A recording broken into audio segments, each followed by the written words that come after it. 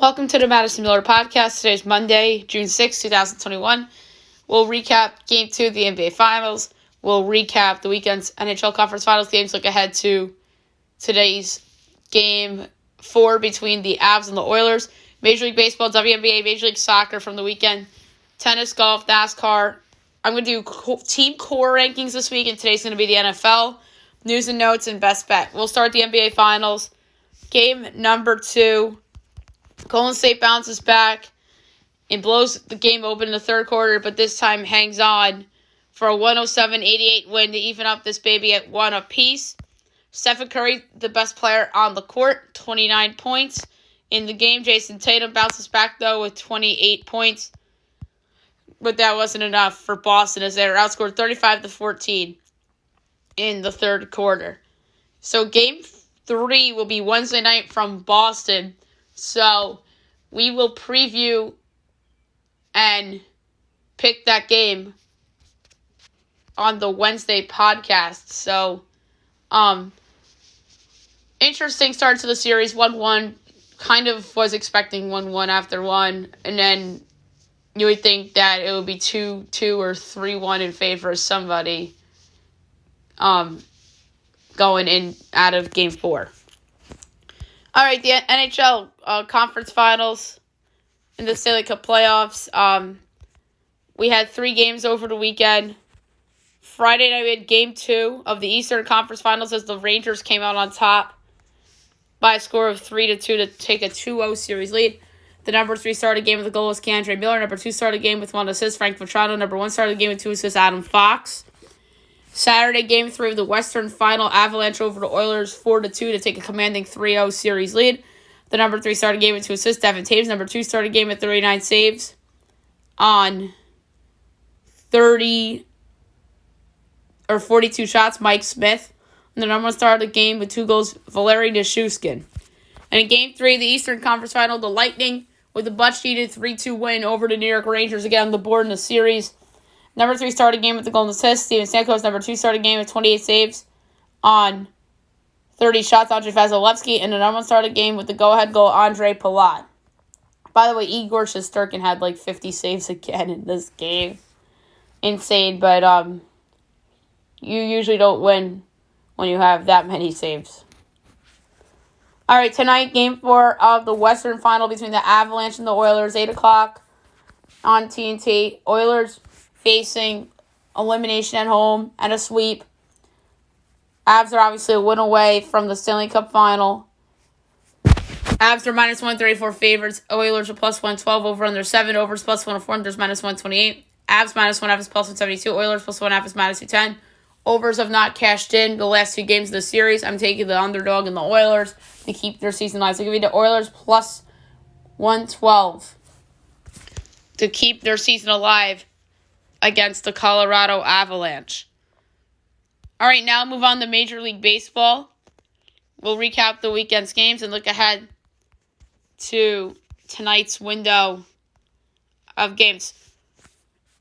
Friday, Cardinals over the Cubs 14-5, Giants over the Marlins 15-6, Nationals over the Reds 8-5, Phillies over the Angels 10-0, D-backs over the Pirates 8-6, Guardians over the Orioles 6-3, Yankees over the Tigers 13-0.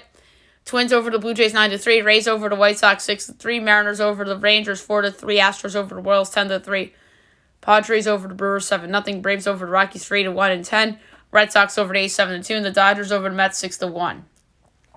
Saturday, Tigers lose again to the Yankees 3-0.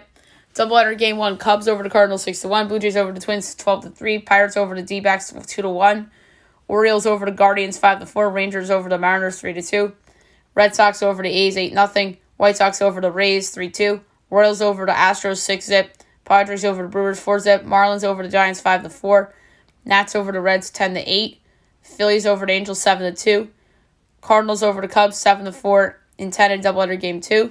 Braves over the Rockies 6-2 and 11. Mets over the Dodgers 9-4. Sunday, Yankees over the Tigers 5-4 and 10 on a walk-off sac fly by Josh Donaldson. They have Major League Baseball's best record at 39-15. Detroit is 21-33. Phillies over the Angels 9-7. Phillies 25-29. And the Angels lose their 11th in a row, 27-28. And this game ended on a walk-off home run in the bottom of the ninth by Bryson Stott. Pirates over the D-backs 3-0. Pirates 24-28. Arizona 26-29. Guardians over the Orioles 3-2. Guardians 24-25. Orioles 23-33. Twins over the Blue Jays 8-6. Twins 32-24. Blue Jays 31-22. So the Blue Jays winning streak is over. White Sox over the Rays 6-5. White Sox 25-27. Tampa Bay 31-23. So a really good day for the Yankees yesterday with those two losing in Toronto and Tampa. Giants over the Marlins 5-1. San Francisco 29-24. Miami 22-30. Nats over the Reds 5-4. Nats 21-35. Cincy 18-35. Astros over the Royals 7-4. Astros 35-19. KC 17-35. Padres over the Brewers 6-4-10. Pods 33-21. Milwaukee 33-23. These two teams are very close in record. Mariners over the Rangers 6-5-10. Mariners 24-30. Texas 25-28. Braves over the Rockies 8-7. The Braves 28-27. So that was their first time over 500 this season. And I believe they've won 5 straight or something like that. And Colorado's 23-31. Red Sox over the A's 5-2 to complete the sweep. Boston 27-27. So Boston's back to 500. Oakland is 20-36. Mets over the Dodgers 5-4-10. Mets 37-19. Dodgers 35-19. So it's Yankees have the best record, and that's the Astros, Mets, Dodgers clobber. And then the Cardinals over the Cubs 5-3-11 on Sunday Night Baseball. Cardinals 32-23. The Cubs are 23-32. All right, only 6 games tonight, which is wild. At 6:30, you got the D-backs and the Reds, Madison Bumgarner and Hunter Green. Reds are slight favorites on FBI. Vegas is telling us. Reds are bigger favorites than that. D-backs are plus 108, over under 9.5. Overs minus 114, unders minus 106. D-backs plus 1.5 is minus 200. Reds minus 1.5 is plus 164. The better team is the Diamondbacks, but the better pitcher right now, I mean, you'd rather have Hunter Green despite having worse numbers. But Madison Bumgarner is pitching better, so give me plus 108 with the D-backs against the Reds. 7 o'clock, the Rangers and the Guardians, John Gray and Cal Quantrill. Guardians minus 112, Rangers minus 104, over under 9, overs minus 115, unders minus 105. Rangers minus 1.5 is plus 158, Guardians plus 1.5 is minus 192. Guardians are 64.8% according to ESPN Analytics. They're only minus 112. Give me the Guardians, a slight home favorite. 8 o'clock, the Mariners and the Astros. Robbie Ray and Christian Javier. Houston minus 164. Seattle plus 138. Over under 8. Overs minus 114. Unders minus 106. Seattle plus 1.5 is minus 152. Astros minus 1.5 is plus 128. I kind of like the over. The Astro offense seems to be getting into form. And even Seattle's offense is starting to hit a little bit too. I won't be shocked if this goes over. So I'm going over 8 minus 114. Blue Jays Royals. Russ Stripling and Daniel Lynch. Toronto minus 172. KC plus 144. Over under 9.5. Overs minus 106. Unders minus 114. And Toronto minus 1.5 and KC plus 1.5 is minus 110 each way. I love KC. But I don't know if I'm going to pull the trigger on plus 144. I'm going to go with them on the run line instead. Plus 1.5 is minus 110. They're just not a good team, KC. 47.4% chance to win according to ESPN Analytics, and they're plus 144 on field. I'm just going to take the run line just in case. Although I think the money line's the right play. 9:30, Red Sox Angels. Michael Wacha and Noah Syndergaard. Angels minus 132, Boston plus 112, over under 9, overs minus 105, others minus 115. Boston plus 1.5 is minus 182. Angels minus 1.5 is plus 152. I'm going with Boston plus 112. They're playing really well right now. I can't take the Angels until they win a game. They've lost 11 straight, so the move is Boston here. And last but not least, the Mets and the Padres. Carlos Carrasco and Blake Snell. Great pitching matchup. Great series. Padres minus 120. Mets plus 102 over under 7.5. Overs minus 105. Unders minus 115. Mets minus 1.5 is plus 168. Padres plus 1.5 is minus 205. I did just say it's a great pitching matchup, but I think this is going over. I think one of the bullpens might implode. 7.5 is low. I mean, on paper, that's a good pitching matchup, but I didn't realize these guys' stats are not as wonderful as you would like. So, and plus Blake Snell come off the injury. I like the over 7.5 at minus 105 a lot in this spot. All right, now I'll move on to the WNBA. We'll recap the weekend's games for you. There are no games tonight, though. So, the ladies have a night off. So, Friday, Commissioners Cup, Liberty over to Mystics 74-70, Liberty 3-7, Washington 7-4. Commissioners Cup, Sky over to Dream 73-65, the Sky 6-3, Atlanta 6-4. Sun over to Mercury 92-88, the Sun 8-3, the Mercury 2-8. In Commissioners Cup game, Wings over to Storm 68-51.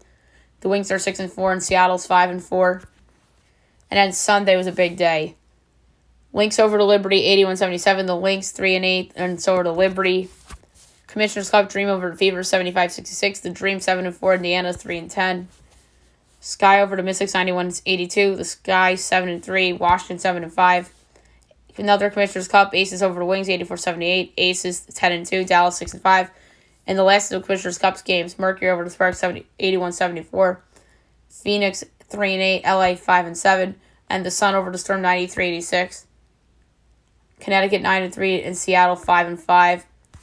No games tonight. We'll look at tomorrow's games on tomorrow's podcast. All right, now I'll move on to Major League Soccer. We only had one game the whole weekend, if I'm not mistaken. And it was Saturday. Vancouver over Salt Lake 2-1. So this was an interesting game as Western Conference Vancouver moves to 10th, and then Salt Lake goes to 3rd. So it was not that great of a loss for Salt Lake. So first goal of the game by Ranko Veselinovic in the 31st minute to give Vancouver a 1-0 lead. Then Justin Moram ties it in the 52nd minute, 1-1. And then the 91st minute red card, Aaron Herrera. And then the 93rd minute penalty kick goal by Ryan Gaul. That was the difference in the game. So Vancouver was kind of lucky in that game. We're not going to have soccer again until the weekend, Saturday and Sunday, 3 games. So we will talk about those games on the Friday podcast next week. All right, now we'll move on to the French Open. It was a frantic finish, to say the least. We'll start with the men's side. Semifinals. 8-seed Casper Ruud over 20-seed Marin Cilic in 4 sets. And 5-seed Rafael Nadal over 3-seed Alexander Zverev in 2 sets and a walkover. And winning the men's side, Rafael Nadal, your 5-seed over 8-seed Casper Ruud in 3 sets as Nadal takes it home. And in the women's title, Iga Swiatek over Coco Gauff in 2 sets. Predictable. Iga's amazing. There's a reason she's the top tennis player in the world on the women's side. And she came through literally in dominant fashion. All right, now I'll move on to the Memorial Tournament in golf. It was an interesting tournament, and your winner of the tournament Brett Horschel at 13 under. Coming in second was Aaron Weiss at 9 under. Tied for third was 7 under. Joaquin Neiman and Patrick Cantlay tied for fifth with 6 under. Max Homa, Will Zalatoris, Daniel Berger, Dylan McCarthy, and Sahith Thiglia. Tied for 10th with 4 under. John Rahm, Sanjay M, and Brendan Steele. Tied for 13th with 3 under. Cam Smith, Mito Pereira, Davis Riley, Corey Connors, and Siwoo Kim. Tied for 18th with 2 under. Adam Hadwin, Charles Howell III, Keith Mitchell, Jordan Spieth, Xander Schauffele, Rory McIlroy, Brian Harmon, and Gary Higo. Tied for 26th with 1 under, Aaron Ray, Adam Schenk, Pat Perez, Luke List, and Francesco Molinari. 31st with even Jason Day. Tied for 32nd with 1 over, Abraham Ancer, Joel Dahman, Emiliano Grillo, Bayo Hostler, Shane Lowry. Tied for 37th with 2 over, Jonathan Vegas, Martine Laird, Keegan Bradley, Mackenzie Hughes, Matthew Neesmith, JT Potson, Wyndham Clark, and David Slipsky. Tied for 45th with 3 over, Sepp Straka, Adam Svensson, and Matt Kuchar. Tied for 48th with 4 over, Lucas Herbert, Cam Triangle, and David Lingermuth. Tied for 51st with 5 over, Victor Hovland and Lucas Griffin. Tied for 53rd with 6 over, Camilo Vegas, Troy Merritt, Kyung-Gu Lee, Cam Davis, Patrick Reed, Cheng Sun Pong, and Chris Kirk.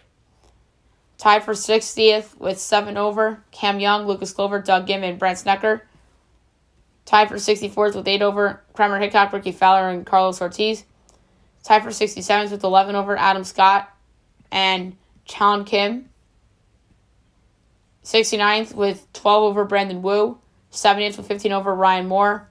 Among those cut, Danny Lee, Nirban Lahiri, Lucas Donald, Sam Ryder, Robert Streb, Matt Fitzpatrick, Charlie Hoffman, Kevin Katayama, Matt Wolf, Colin Mariqua, Seamus Power, Rafa Barabeo, Evan Van Rooyen, Alex Duran, Patrick Rogers, Mark Leishman, Taylor Hogue, Cam Champ, Nate Lashley, Matt Jones, Minwoo Lee, Kevin Stroman, Gary Woodland, Peter Malnati, Adam Putnam, Alex Smalley, Bo Hogg, Adam Long, Hudson Swafford, Scott Stallings, Taylor Moore, Stuart Sink, Bryson DeChambeau, Harry English, Pat Kazir, Russell Knox, Nate Watney, Ryan Palmer, and Hideki Matsuyama was disqualified, as we talked about on the Friday show, and withdrawing was Chad Ramey. Next tournament is the Canadian Open from the 9th to the 12th. Obviously, we'll pick a winner on the Wednesday show, and we'll go from there. All right, now move on to NASCAR. We will go over the results from the weekend races. So the Truck Series from Gateway Motorsports Park. Your winner, Corey Heim, coming in second. Christian X, third. Cam Smith, fourth. Stuart Friesen, fifth. Johnny Sauter, sixth. Matt DiBenedetto, seventh. Derek Kraus, eighth. Ben Rhodes, ninth. Zane Smith, 10th. Chase Purdy. The rest, Rajat Roth, Matt Crafton, Tyler Ankren, Dean Thompson, Haley Deegan, Jordan Anderson, Timmy Hill, Lawless Allen, Jack Wood, Jesse Little, Tate Fogelman, Blaine Perkins, Colby Howard, Chase Hosfar, Tyler Hill, Austin Wade-Spelth, Mason Maggio, Grant Effinger, Jake Garcia, Tanner Gray, Spencer Boyd, Ty Majeski, Chris Wright, Brendan Poole, John Hunter Nemechek, and Tanner Gray. The Xfinity Series. So they are off for a couple weeks starting next weekend. So we're not going to see them for a couple weeks. So this is going to be the last Xfinity we're going to be talking about on the podcast until the June 24th podcast, which is a while from now. Coming in first, A.J. Allmendinger. Coming in second, Myatt Snyder. Third, Austin Hill. Fourth, Josh Berry. Fifth, Justin Allgaier. Sixth, Daniel Hemrick. Seventh, Ty Gibbs. Eighth, J.J. Yeley. Ninth, Noah Gragson. 10th, Alex Lab. The rest, Brendan Jones, Brendan Brown, Scott Heckert, Jade Buford, Landon Castle, Ryan Sieg, Andy Lally, Matt Jaskell, Patrick Emmerling, Brett Moffitt, Joe Graff Jr., Josh Williams, Ryan Vargas, Stephon Parsons, Mason Philippi, Jesse Iwuji, Parker Chase, Connor Mosack, Spencer Pumpley, Bailey Curry, Anthony Alfredo, Sheldon Creed, Jet Burton, Jeremy Clemens, Riley Herbst, Gabe Goulding, Darren Dilley, and Sam Meyer. And by the way, they raced in Portland in an Xfinity and Cup race at Gateway in Illinois. And in the Cup Series, your winner, Joey Logano. Coming in second, Kyle Busch. Fourth, Kurt Busch. Fifth, Ryan Blaney. Fifth, Eric Almirola. Sixth, Martin Truex Jr. Seventh, Eric Jones. Eighth, Ross Chastain. Ninth, Chris Bell. 10th, AJ Allmendinger. The rest, Austin Cindric, Kyle Larson, Alec Bowman, Justin Haley, Austin Dillon, Tyler Reddick, Zane Smith, Michael McDowell, William Byron, Brad Keselowski, Chase Elliott, Todd Gilliland, Daniel Suarez, Chase Briscoe, Harrison Burton, Bubba Wallace, Ty Dillon, Josh Bilicki, Cole Custer, BJ McLeod, Parker Kligerman, Ricky Styles Jr., Kevin Harvick, Denny Hamlin, Cody Ware, and Corey LaJoie. So next week, Cup is at Sonoma. That is California. And then Truck next week is also at Sonoma under the lights on a Saturday night. So that's pretty cool. Actually, no, it'll be daytime still in California, but maybe at the end of the race it'll be nighttime. All right, weekly activity. It's going to be the NFL core rankings. The core rankings are where I rank teams based on their main core of the team. And unfortunately, free agent ads are not included in this. So, spoiler alert, you won't see Kirk Cousins or Tom Brady on their trades, yes. But not free agent signings. So today's going to be the NFL. We'll do baseball tomorrow, NBA Wednesday, hockey Friday. All right, number 32 in the core rankings is the Houston Texans. I mean, they're terrible. Listen to this. Davis Mills, Laramie Tunsil, Christian Harris, Derek Stigley Jr. That's who I would consider the core of that team. There are going to be some rookies in here, mainly first rounders, and a couple of late rounders like Harris. But the Texans, it's an exception to have a later rounder in there because they're so bad. And Davis Mills isn't guaranteed to be their quarterback long term. And Laramie Tunsil is probably trade bait this year. Because if there's any core that's not going to be together, or it's going to be broken up, potentially before the season, it's the Texans. Because Tunsil could be on the trade block. And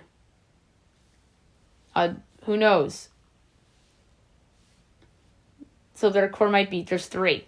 Number 31, the Seattle Seahawks. I have their core down as Chris Carson, DK Metcalf, Tyler Lockett, and Jamal Adams. Those three offensive players all belong, especially the two receivers. And then Jamal Adams, they acquire him in the trade. He's overpaid now, but unfortunately he's still in that core. As bad as that trade is. Number 30, the Atlanta Falcons. Calvin Ridley, Kyle Pitts, Jake Matthews, Chris Lindstrom, Grady Jarrett. Ridley obviously suspended, and this is why the Falcons are slow because of that and his uncertain future. But they're ahead of the other two because Kyle Pitts is a long-term building block that has NFL experience already, and we know what he is. Number 29, the Carolina Panthers. Christian McCaffrey, DJ Moore, Taylor Moton, Ikem Ekwonu, Brian Burns. McCaffrey's not guaranteed to be on this team long-term. I think Moore's going to be around a while. Moton they like. Ekwonu is going to be a franchise guy at one of the tackle positions. And then Brian Burns they like. 28, the New York Jets. Zach Wilson, Garrett Wilson, Elijah Moore, Sauce Gardner, Jermaine Johnson. Rare instance where there's 3 rookies on the list. And then a second-year quarterback who some people may think could break out.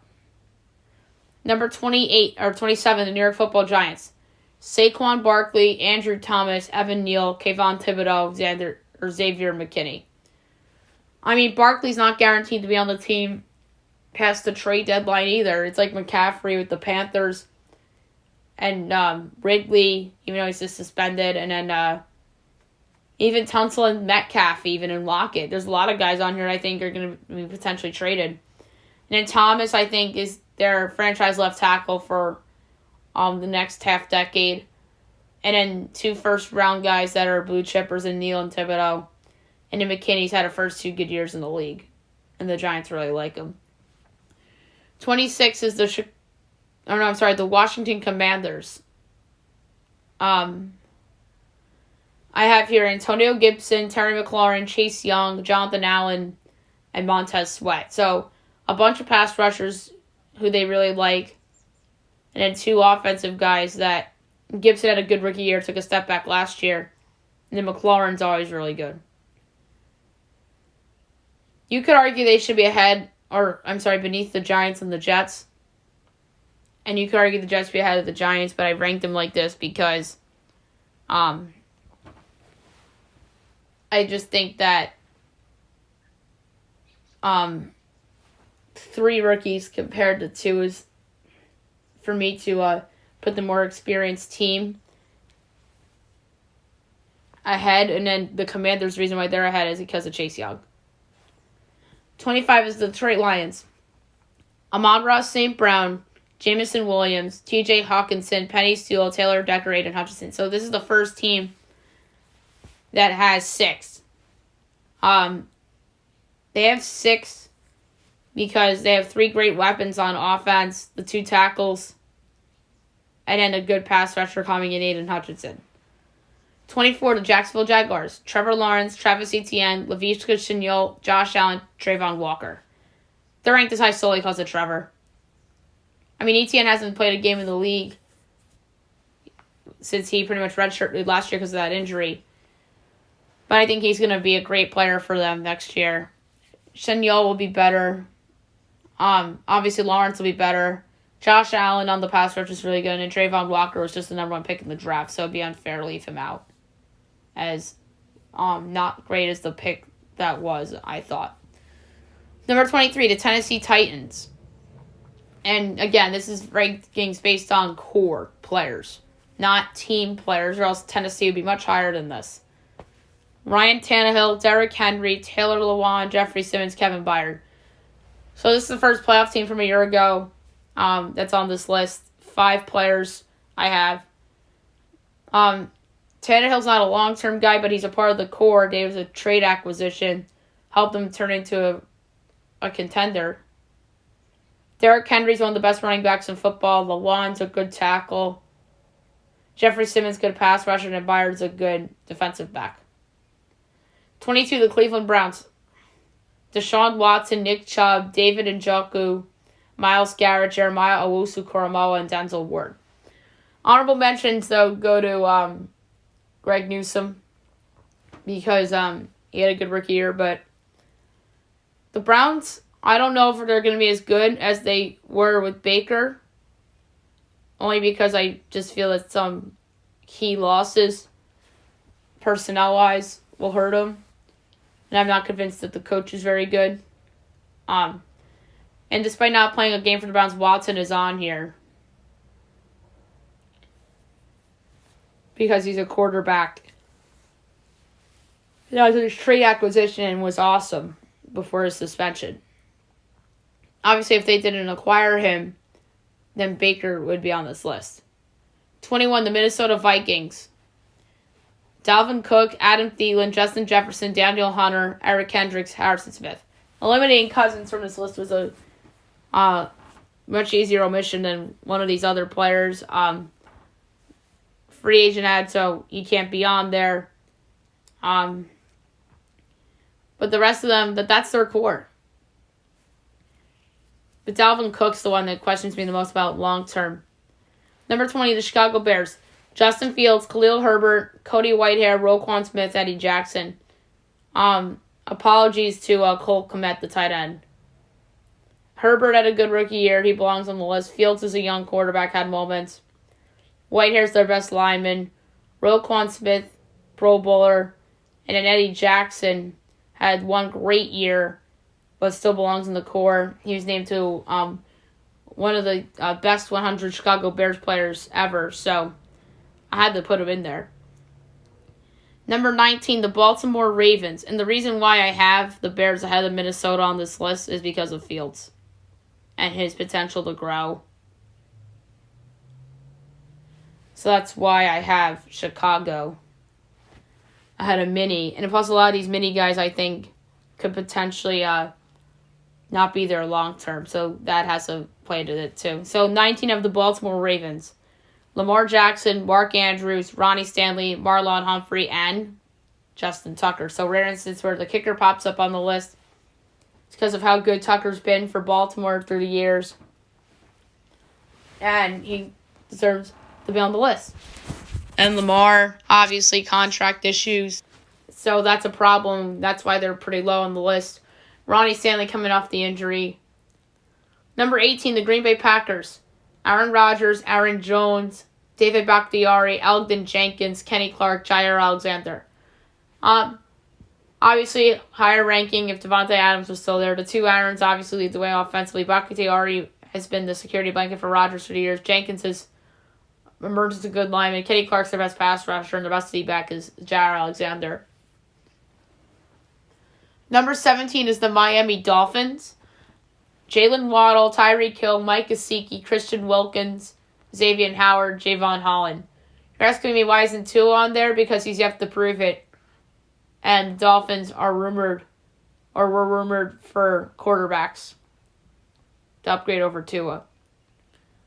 I really like this core. A bunch of offensive weapons, an emerging pass rusher, and two really good defensive backs. Number 16, the Pittsburgh Steelers.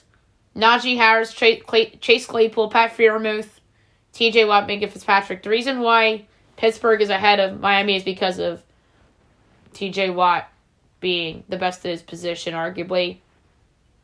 So, that's the sole reason why I have Pittsburgh over Miami. And they both have the quarterback questions as well.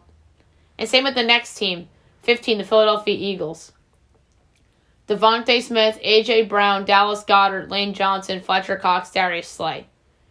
Jalen Hurts, I don't think, is ready to be on this list. It's like Daniel Jones for New York and Tua with Miami. So that's why Jalen Hurts and the fact that he's not proven long-term to be the guy for Philly is why he's not on the list. Brown, great trade ad. Devontae's going to have a good year, too. Dallas Goedert's a really good tight end. Lane Johnson, great tackle. Shouts to Jordan Mailata, who is emerging as a good young tackle in the league.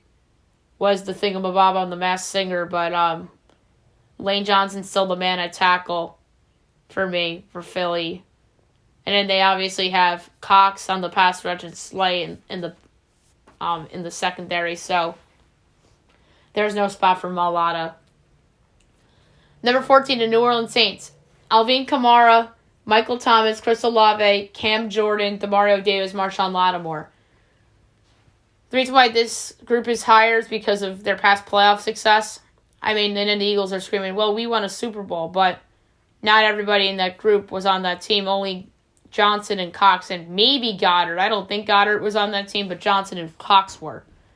But back to New Orleans, they've had more playoff success with that group than Philly. Had some bad luck with the Minneapolis Miracle and the non-pass interference call in the NFC title game in 2000. I want to say that was 2019. So a lot of bad luck in the postseason, but it's a good group. And adding Olave to that group's huge as well. And I think this ranking would have been the Saints ranking with or without Olave. 13, the Arizona Cardinals. Kyler Murray, DeAndre Hopkins, C.J. Humphries, Isaiah Simmons, Budda Baker. This group is high because of Kyler. And then, obviously, DeAndre suspended earlier in the year, but DeAndre's still DeAndre. Humphries is a good tackle. Isaiah Simmons needs a really breakout year 3. Or else they looked upon as one of the bigger draft busts in recent history. And it's a mystery why he really hasn't lived up to his potential. And Budda Baker's a good defensive back. Number 12, the New England Patriots. Mac Jones, Damian Harris, Michael Owinu, Devin McCourty, Kyle Duggar. Mac, good young quarterback. Damian's a good running back. Owinu's a good lineman. And McCourty and Duggar, two main pieces in the secondary. So Pat's ahead of Cardinals because of Belichick and because I think that Kyler Murray's future at the team's a little uncertain. Number 11, the Las Vegas Raiders. Derek Carr, Devontae Adams, Darren Waller, Colton Miller, Max Crosby, Nate Hobbs. Nice core. Obviously, Adams was the big trade acquisition. Waller was the man in their offense before the arrival of Adams. Now Adams is going to be the man. Carr's a good quarterback. Colton, good tackle. Crosby, good pass rusher. And then Nate Hobbs had a good rookie year for them in the backfield defensively. Number 10, the Indianapolis Colts. Jonathan Taylor, Michael Pittman, Quentin Nelson, DeForest Buckner, Darius Leonard. I know Matt Ryan was a trade ad, but he's a little bit older. And I feel like this group tends to see change of quarterback every year. But it's a great core regardless. Jonathan Taylor, breakout year last year. Pittman, I like as a good young receiver. Quentin Nelson, great young interior lineman. Buckner, good trade acquisition. Darius Leonard, good player. Number 9, the San Francisco 49ers. Kyle Juszczyk, George Kittle, Trent Williams, Nick Bosa, Fred Warner, Jimmy Ward. 49ers was a hard one. Shouts to Eric Armstead, who was under consideration but didn't make the cut. Rare instance where I have a fullback and a core, but Juszczyk's been around for so long and is a big part of that offense. Kittle's their best weapon offensively. Williams is a fabulous O-lineman, the best in the league. Nick Bosa, fabulous pass rusher. Fred Warner, really good player. And Jimmy Ward's been around a while. So that's why he's in there. Number 8, the Tampa Bay Buccaneers. Mike Evans, Chris Godwin, Tristan Wirfs, Vita Vea, Levante David, Shaq Barrett, Antoine Winfield Jr. So the rare instance where there's 7. Because that's how loaded the Bucs are. Obviously, Brady put him over the top. But he's a free agent ad. Because that's bending the rules of the game. Evans and Godwin, really good together as a duo. Wirfs is a good lineman. Vea is a good pass rusher. So is Levante and Shaq. And then Antoine Winfield, good young defensive back. Number 7, the Denver Broncos. Russell Wilson, Jerry Jeudy, Cortland Sutton, Garrett Bowles, Patrick Surtain, Justin Simmons. Shouts to the Javonte Williams. Just missed the cut on the core. The reason why the Broncos are ahead of the Bucs is because Tom Brady is very old and Russell Wilson's still somewhat young. And I think he'll be rejuvenated on a better team in a better situation. And then I put Wilson in the core because he's a trade ad. Jeudy and Sutton, 2 good young receivers. Bowles is a good emerging lineman. Surtain and Simmons, 2 good defensive backs. Number 6, the Dallas Cowboys. Dak Prescott, CeeDee Lamb, Zach Martin, DeMarcus Lawrence, Micah Parsons, Trayvon Diggs. Shouts to Ezekiel Elliott, who's been releasing rumors over the past several years. That's why he didn't make the cut for the core for me. DeMarcus Lawrence is a beast on the pass rush. So is Micah. Trayvon Diggs had a great year last year. CeeDee Lamb is a great receiver. And then Dak Stack. 5, the Los Angeles Rams. Matthew Stafford, Cam Akers, Cooper Kupp, Aaron Donald, Jalen Ramsey. The reason why the Rams are this low in the core rankings is because of the teams ahead of them. The quarterbacks are all younger than Matt Stafford. That's it. It's nothing. No disrespect to the Rams, because quarterback age is a big part of this core rankings, and they're this high because they just won the Super Bowl. Number 4, the Kansas City Chiefs. Patrick Mahomes, Clyde Edwards-Helaire, Travis Kelce, Creed Humphrey, Chris Jones, and Juan Thornhill. Shouts to Nick Bolton, who I thought about but didn't make the cut.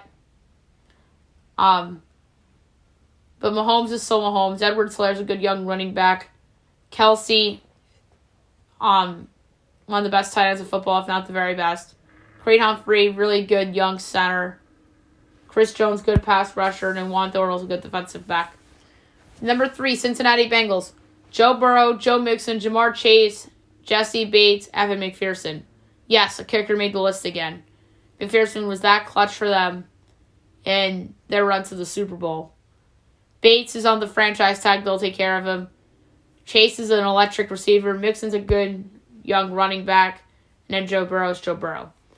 Number 2, the Buffalo Bills. Josh Allen, Stephon Diggs, Deion Dawkins, Tremaine Edmonds, Trey White. It's another good team with 5. We all know Allen. He's amazing. Diggs, really good trade acquisition for Minnie. Dawkins, great young tackle. Tremaine Edmonds has been a Pro Bowler. Trey White's a really good defensive back. And number 1, the Los Angeles Chargers. Justin Herbert, Austin Eckler, Keenan Allen, Rashawn Slater, Joey Bosa, Derwin James. That is the core of the team.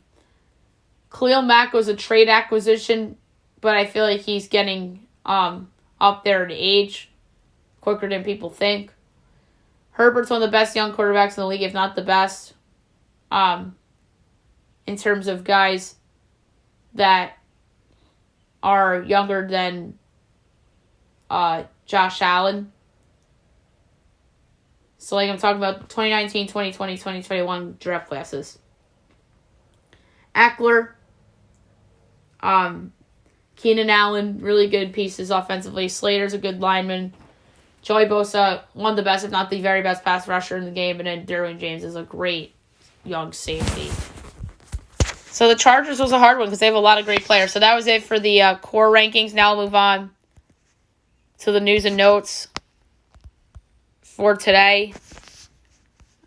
There's a lot of debate during the finals game last night whether Draymond should have been given a technical foul after his altercation with Jaylen Brown. If that was the case, then this would have been a different game, I think. Chris Kreider took blame for the Rangers losing yesterday and said that he was puck watching during Tampa's winning goal, which is not right.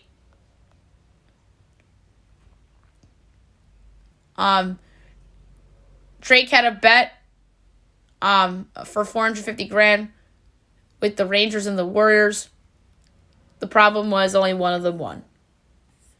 Yankee Stadium was lit for the Rangers during Game 2 as the Yankee fans went nuts. You saw the Mets with the same thing recently too. Phillies fired Joe Girardi amid 22-29 start, so that was big news from the weekend, from Friday. Rob Thompson, interim manager, they're 3-0 under Rob. And it's going to be interesting to see if Joe ever manages again. Yordan Alvarez, 6-year, $115 million contract extension that is big that the Astros locked up one of their young guys long term. Cardinals manager Oliver Marmol had a meltdown on Saturday after a brutal strike 3 call, and obviously was ejected. Here's a sneaky story that I don't think got enough attention. Some Tampa Bay Rays players refused to wear Pride gear as multiple Tampa Bay players did not wear Pride Night-themed hats and patches during Saturday's game, citing faith. I think that that story, like I said, really didn't get enough attention as I thought it would. It's a wild story, and I know people are gonna go nuts about it. So that's just crazy that happened. I never would have thought that.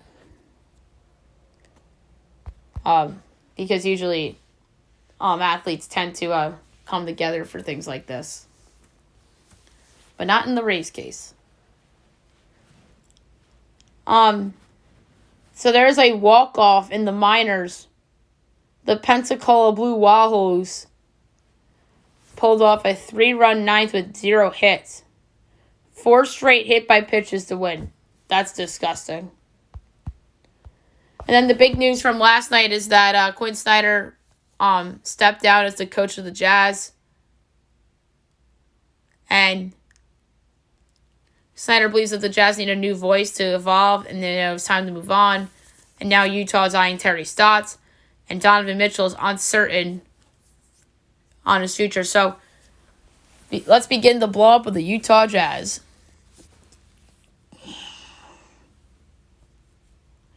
Bucks to re-sign Bobby Portis on a multi-year deal, and is expected to reach that. That'd be big if Milwaukee were able to bring him back. He's a good piece for that team. Jalen Brunson could sign a contract that meets or exceeds Fred VanVleet's 4 years, $85 million deal signed in 2020, which is wild. I think VanVleet's a better player than Brunson, personally. And Brunson's going to be looking for that money.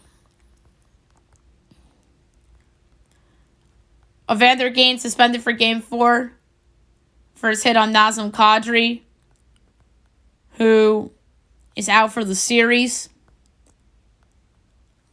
So it's a wash that those two players are missing this game. I think, even though Kane's been amazing for Edmonton in their run to the conference finals. The winner of the Selk Trophy, Patrice Bergeron, more than any NHL player in history, which is crazy. And Bergeron is amazing. And he's a good defensive forward, so well-deserved. There's a new proposed Coyotes ring as the team gives a sneak peek at the arena and complex they hope to build in Tempe. Andre Iguodala did not play last night against Boston in Game 2. And Gary Payton came back for Golden State, which was really nice. He got a nice hand in that game. Francisco Lindor came back after the hotel room door incident. And Max Scherzer, here's another typical Mets story. Max Scherzer was bitten by his dog, as the dog bit the throwing hand, but it doesn't affect the rehab of the oblique injury. The Orioles shelved Grayson Rodriguez as he could be out for the season with the grade 2 lat strain. That is brutal for Baltimore for their youth movement. There are some videos trending of Dabo Sweeney getting some buckets with some basketball prospects, which is cool. I guess that's their way of recruiting for basketball. Have Dabo Sweeney's there and say, hey, we want to make our basketball program like football. Charlie McAvoy, Matt Grzelcyk, and Mike Riley will all be out months following their surgeries for the Bruins. Miguel Andujar requests a trade due to lack of consistent opportunity after he was sent down when Giancarlo Stanton came back. So, Andujar, I think, has some value. I think they can flip him for a reliever. They need a rental reliever because Chad Green's out for the year, and Chapman just isn't Chapman anymore. And preferably, if I'm the Yankees, I get a reliever like a 1.5 rental that has a 1.5 left on the deal. That's how you can use Andujar plus more for that reliever. Yankees also acquired Jake Bauers from the Reds for cash considerations. I think Bauers will be playing in AAA Scranton Wilkes-Barre. And then if there's an injury, he'll be up. Because mostly the Yankee team is back from their injuries now, which is good. Draymond tells the haters to shut up after Game 1. As there's some people saying that that Draymond wasn't putting in enough work in Game 1. And in non-sports news, Dr. Oz wins Pennsylvania GOP primary after opponent David McCormick concedes. So, that's cool for Dr. Oz. And obviously we'll be back for more gubernatorial stuff and primary stuff as Dr. Oz gets in the Senate. The Senate nominee. So, that's very interesting news. And then, like I said, more election stuff tomorrow after not really talking about it last week on the show. All right, so that's it for news and notes. And Best Bet Time brought to you by FanDuel. I don't have many options tonight because there's only a handful of Major League Baseball games. And then the Oilers-Avalanche game. So, for this one, I really do like that Mets over. Blake Snell's not really pitched that great so far, and Carrasco's been okay. On paper, it's a good pitching matchup, but there could be some bullpen blow-ups too. So I'm going over 7.5 at minus 105 between the Mets and the Padres for my best bet of the day. All right, so that's it for the show. I'll be back tomorrow recapping everything and all the sports and looking ahead to Game 4 of the Eastern Final between the Rangers and the Lightning and any other game that's going on. And tomorrow I'm going to do Major League Baseball core rankings and news and notes and best bet and then primaries as well. Hope you guys have a great day, everyone.